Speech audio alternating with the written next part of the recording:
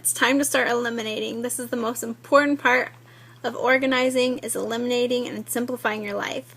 So watch these tips, think about all these different questions, that way you know what to get rid of.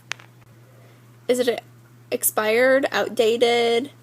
What is the life expectancy? So check for expiration dates.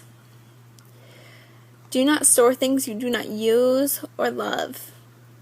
Don't keep memorabilia in storage. You either need to display it or use it. If you keep it in a box in your garage or in the attic, it's never going to be seen or used. So don't keep memorabilia in storage. If it's a large item, take a picture of it and let go of the physical item.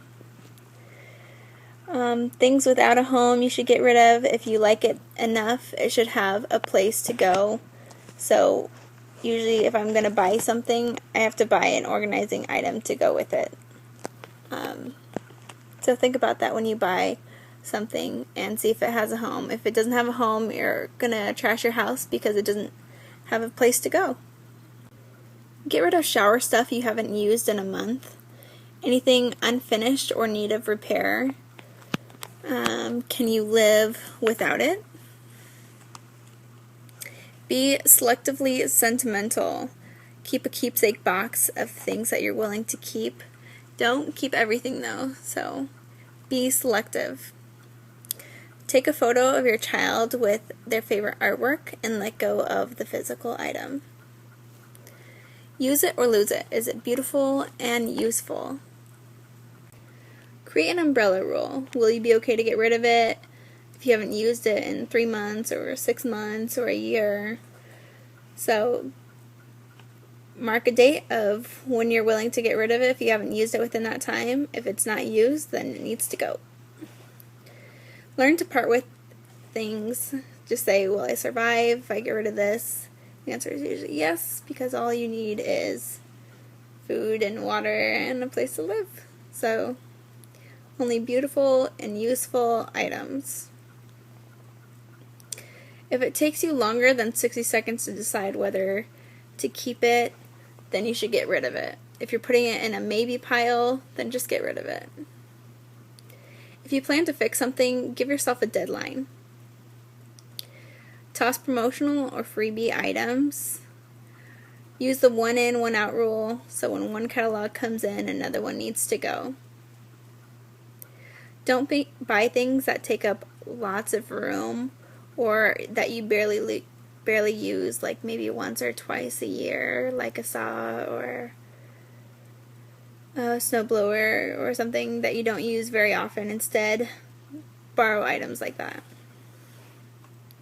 Is it covered in dust? If it is, you probably don't care about it that much. You should probably toss it. When you decide to get rid of stuff, get it out of your house as quickly as possible. That way it doesn't give you the time to take it back if you change your mind. Pretend you're moving and think about, is it worth packing and moving this item, taking it to the truck, packing it, bringing it out of the truck, unpacking it, trying to find another place for it. We tend to hold on to things because we paid good money for them, but what is the value of something that you never use? Zero. So the dress or suit that you keep in your closet that might have cost a lot of money could give someone a job that they get $40,000 a year from. Someone else could really use your item and you're not using it. So give someone that chance to give that item what it really deserves to be used. Think of it as recycling. You're giving it to someone who needs it and will use it more than you. When you have tons of one item and you can't narrow it down, get a new one that will replace all of them. Like I had tons and tons of bowls. I don't even know how many bowls I had. But instead I just got myself a new set that all stacked inside each other that was able to replace all the bowls that I had, and I was able to get rid of them or sell them. Have someone else hold items. When you hold an object, you create an attachment to it. So instead have a friend or your husband or someone else hold the object instead of grabbing it and deciding that you want to keep it because you now feel an attachment toward it. Play dress up with your clothes. Try everything on. If it doesn't fit, if it needs to be fixed, if it has holes and wear and tear on it, let it go. If you're holding on to clothes that you think will fit someday, get rid of them, and then when you finally lose the weight, you could reward yourself with new clothes. If it's not your clutter, it's not your responsibility. My husband's stuff is not my responsibility. That's his clutter, and he can deal with it. So think of that for yourself, that you could either teach them how to do it, but don't feel responsible for their items. If you're saving something because you think you might need it someday, just ask yourself, could I get one pretty inexpensively and easily if I needed to? If you cannot easily access it, you'll never use it. So don't store some stuff in storage up high where you can't reach or behind other boxes or bins. Make sure that it's easy to grab if you're going to use it. If you're not taking care of it properly or throwing it around, you shouldn't keep it because it's not worth that much to you. So only store what you really use and love. Look at the warranty on the boxes. Does the warranty expire in 90 days? If it's past the expiration date, you don't need to keep the boxes anymore, and those take up a lot of space. Don't keep items just because they're good or new. Remember to establish a limit on how many you need, how often you use or wear it. Do you love it? Is it beautiful?